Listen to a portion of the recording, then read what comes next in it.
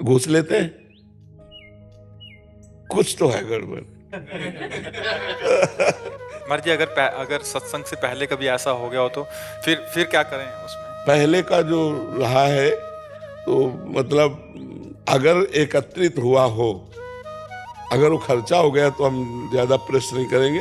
अगर एकत्रित हो तो उसको कहीं धर्म कार्यों में हटा दीजिए, क्योंकि वो आपके वंश के लिए, आपके परिवार के लिए हानिकारक रहेगा।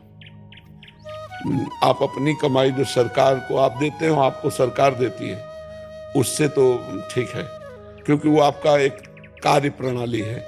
लेकिन उसमें जो आप, तो फिर वो अधर्माचरण के द्वारा कमाया हुआ धन होगा, और वो आखिरी में आपको और आपके परिवार को, वंश को, वो कहीं ना कहीं दूषित कर देगा। इसलिए हमारी प्रार्थना है कि अर्थ प्रधान बुद्धि रख करके कर्तव्य कर्म नहीं किया जाता, कर्तव्य कर्म प्रधान बुद्धि रख करके अर्थ को शासन में रखा जाता है। तो ये जो घूस लेकर के बड़े बड़े महल बना लिए जाते हैं, परिवार की सुख सुविधाएं एकत्रित कर दी जाती हैं, उनके बच्चे ही बुद्धि भ्रष्ट हो जाती है, और बच्चे ही माता पिता को प्रताड़ित करते हैं या स्वयं आत्महत्या कर लेते हैं।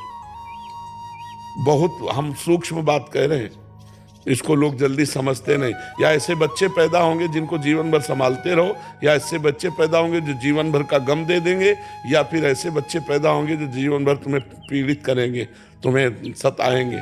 वो अधर्म का धन कभी चैन नहीं लेने देगा। महाराज जी, आज ही एक प्रश्न था, शायद इसी विभाग से था, उसमें कह रहे थे कि उनका बच्चा है 8-10 साल का, वो मतलब एकदम मानसिक वो हो गया उसकी, शायद इधर बैठे हुए हैं। अधर्मा आचरण किसी को बख्शता नहीं है, पक्का समझ लो।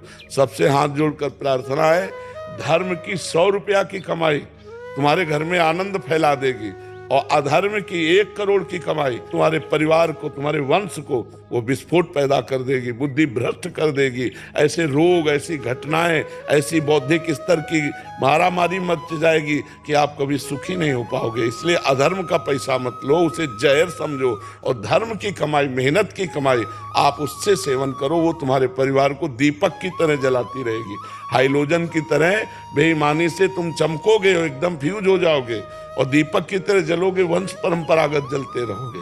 आप एक बात समझो, हमारे घर में बच्चे ही थे, गेहूं बेचा गया, किसान आदमी 100 रुपया का बेचा गया। बहुत सस्ती चीजें जाती थी, तो 110 रुपया उसमें आ गए, और जब पिताश्री ने घर में गिनवाया तो 110, तो उनका गेहूं तो 100 रुपया का बेचा गया। 110 कैसे आ गए? पूरा 110 रुपया ले जाओ उसके पास और गिन के उसको दिखाओ कि 10 रुपया तुम्हारे ज्यादा थे, ये दे दो।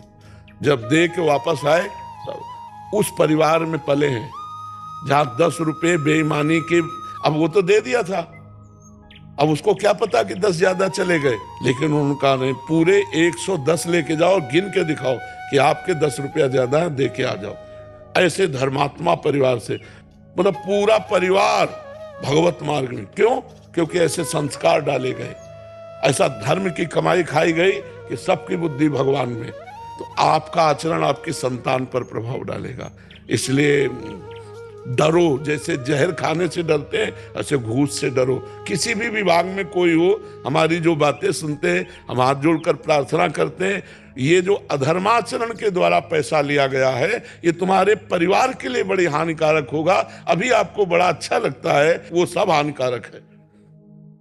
मेहनत की कमाई अपने परिवार को देना, अगर भूल से अधर्माचरण आ जाए तो उसको बाहर फेंक, या ना गौशाला में, कहीं किसी ऐसी जगह, जैसे बहुत से जिनमें फ्री दवाइयां होती हैं मरीजों, उनमें दे आवे। वो घर ला के ना दे, घर तो अपनी मेहनत की कमाई लावे, उनका कभी प्रयोग ना करे।